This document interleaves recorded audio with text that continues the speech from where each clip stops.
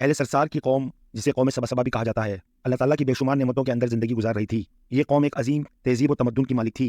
حضرت داؤد علیہ السلام اور حضرت سلمان علیہ السلام کی باعظمت حکومتوں کے بعد ان کی حکومت زبان زرد خاص و عام تھی۔ کہا جاتا ہے یہ لوگ گندم کے مغز سے آٹا پیس کر روٹیاں پکاتے تھے، لیکن اس کے برعکس وہ اس قدر اسراف کرنے والے اور ناشکرے تھے کہ انہی روٹیوں کے ساتھ بچوں کا پخانہ صاف کرتے تھے۔ بعد ازاں ان آلودہ روٹیوں کو اکٹھا کرنے سے ایک پہاڑ بن گیا تھا۔ پھر ایک سلا شخص نے وہاں سے گزرتے ہوئے ایک عورت کو دیکھا جو روٹی کے ساتھ بچے کا پخانے کے مقام کو صاف کر رہی تھی۔ اس شخص نے کہا، اے عورت، تیرے اوپر افسوس، خدا سے ڈر، کہیں ایسا نہ ہو کہ خدا تیرے اوپر اپنا غضب ڈھائے اور تجھ سے اپنی نعمتیں چھین لے۔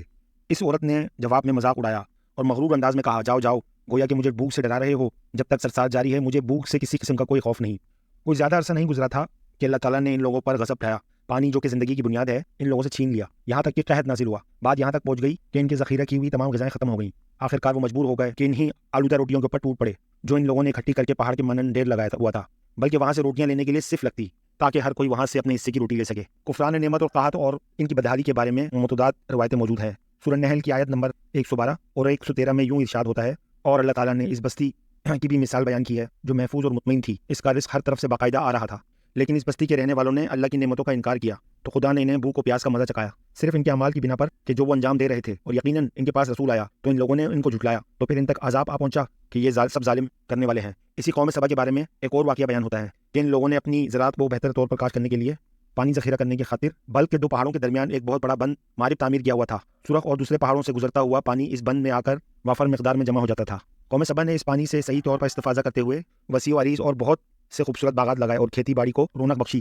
ان باغات کے درختوں کی شاخیں اس قدر پھلوں سے لدی ہوئی ہوتی تھیں کہ کہتے ہیں کہ اگر کوئی شخص سر پر ٹوکری رکھ کر ان کے نیچے سے گزرتا تو پھل خود بخود ٹوکری میں گرنا شروع ہو جاتے اور قلیل مدت میں ٹوکری تازہ پھلوں سے بھر جاتی، لیکن نعمتوں کی کثرت نے انہیں شکر کرنے کے بجائے سرمست اور غافل کر دیا تھا، یہاں تک کہ ان کے درمیان بہت بڑا طبقاتی نظام وجود میں آ چکا تھا۔ ان میں سے صاحب اقتدار لوگوں نے کمزوریاں ضعیفوں کا خون چوسنا شروع کر رکھا تھا، یہاں تک کہ ان لوگوں نے خدا سے ایک احمقانہ التماس کیا جس کا ذکر سورہ سبا کی آیت نمبر 19 میں ملتا ہے۔ انہوں نے کہا، خدایا ہمارے سفروں کے درمیان فاصلہ زیادہ کر دے۔ انہوں نے اللہ تعالیٰ سے یہ التماس اس لیے کیا تاکہ غریب بے نوا لوگ عمرہ اور ثروت ان کے ہمراہ سفر نہ کر سکیں۔